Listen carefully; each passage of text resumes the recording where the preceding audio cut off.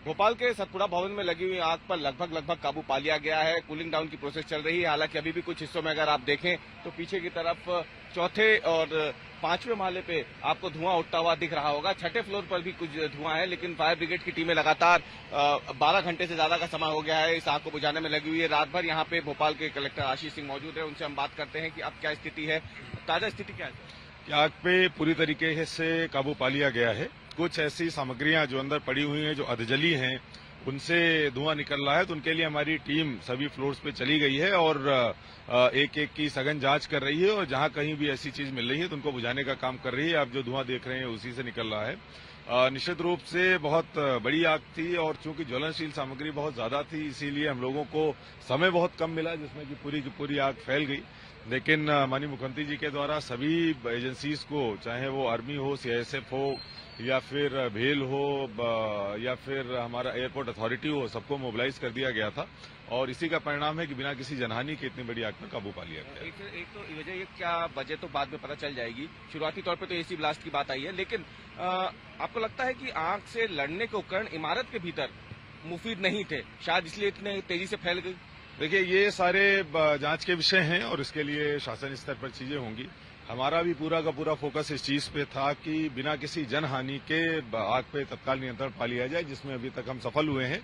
जो हमारी टीम मौके पे काम कर रही है, जो कुछ अधजली चीजें हैं उनको भी बहुत जल्दी 1-1.5 घंटे के अंदर बुझा देंगे। एक आखिरी सवाल सर, ये क्योंकि आग पूरी तरीके से लगी हुई थी इमारत में, इमारत तो पूरी तरीके से जल गई है, सतपुड़ा भवन का ये वाला विंग, तो ये जो दफ्तर थे, अभी इस इमारत में किसी को जाने की इजाजत रहेगी या फिर पूरी तरीके से अभी ये बंद ही रहेगी जब तक जांच नहीं होगी? आज तो हम लोग अभी आग बुझाने के लिए ही अपने कार्डन ऑफ करके रखेंगे। आज जो प्रभावित बिल्डिंग है उसमें जाने की इजाजत किसी की नहीं रहेगी।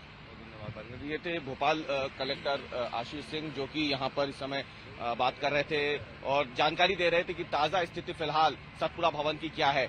आज तक पहुंच गया है सतपुड़ा भवन के भीतर, जिस इमारत में आपको बताएं कि सोमवार को आग लग गई थी।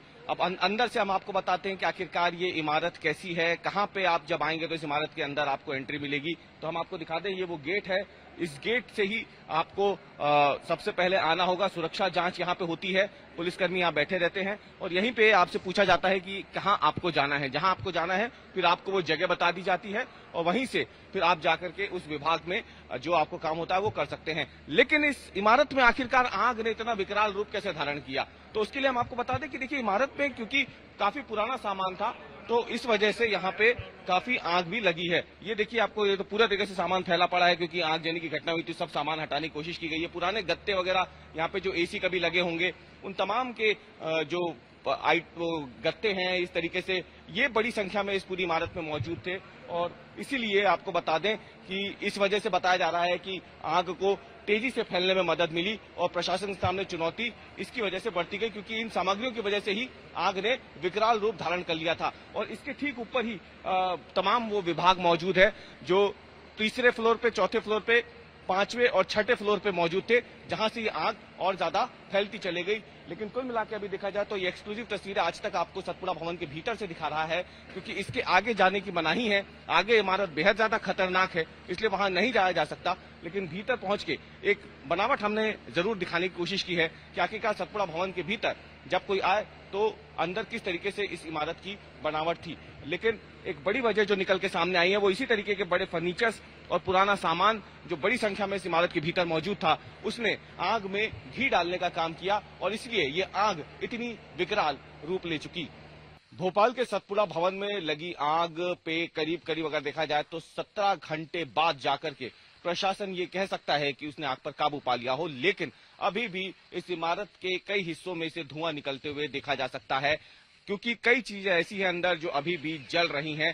कूलिंग डाउन की प्रोसेस जरूर चल रही है। मैं आपको पीछे दिखाता हूं कि अभी भी अगर आप देखें तो जो चीजें जल रही हैं उसकी वजह से धुआं अभी भी इस इमारत से लगातार निकल रहा है। लेकिन अंधेरे के बाद अब जैसे ही सूरज की पहली किरण निकली है और उजाला हुआ है, उसने इस आग की भयावहता को सामने लाकर रख दिया है। पूरी की पूरी इमारत आप देखिए किस तरीके से यहाँ पे जलकर राख हो गई है। सतपुड़ा भवन का ये वो हिस्सा है जिसके 4 फ्लोर जो हैं वो पूरी तरीके से इस आग की भेंट चढ़ चुके हैं। अगर आप देखें तो आपको अब दिन में दिख जाएगा कि किस तरीके से यहाँ पे जो एसी लगे हुए थे, जो कूलर लगे हुए थे, वो इस भीषण अग्निकांड में न केवल जलकर पूरी तरह राख हो चुके हैं, बल्कि इन्हीं में ब्लास्ट की वजह से आग ने इतना विकराल रूप धारण कर लिया था। लगातार इन एसी में ब्लास्ट लगातार हो रहा था, क्योंकि केबलिंग बहुत ज्यादा थी, इलेक्ट्रॉनिक उपकरण कई थे, जिसकी वजह से इस आग को फैलने में तो मदद मिली, लेकिन प्रशासन के सामने चुनौती थी इस आग को बुझाने की। अभी भी देखें तो सुबह के समय भी 17 घंटे करीब हो चुके हैं। फायर ब्रिगेड के कर्मचारी अभी भी लगातार लगे हुए हैं। भोपाल के अलावा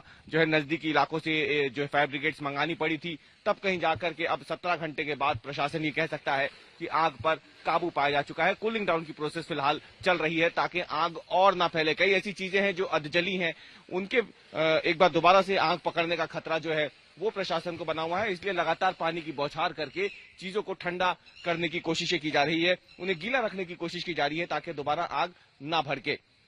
कैमरामैन अमरीश के साथ रवीश पाल सिंह, भोपाल आज तक।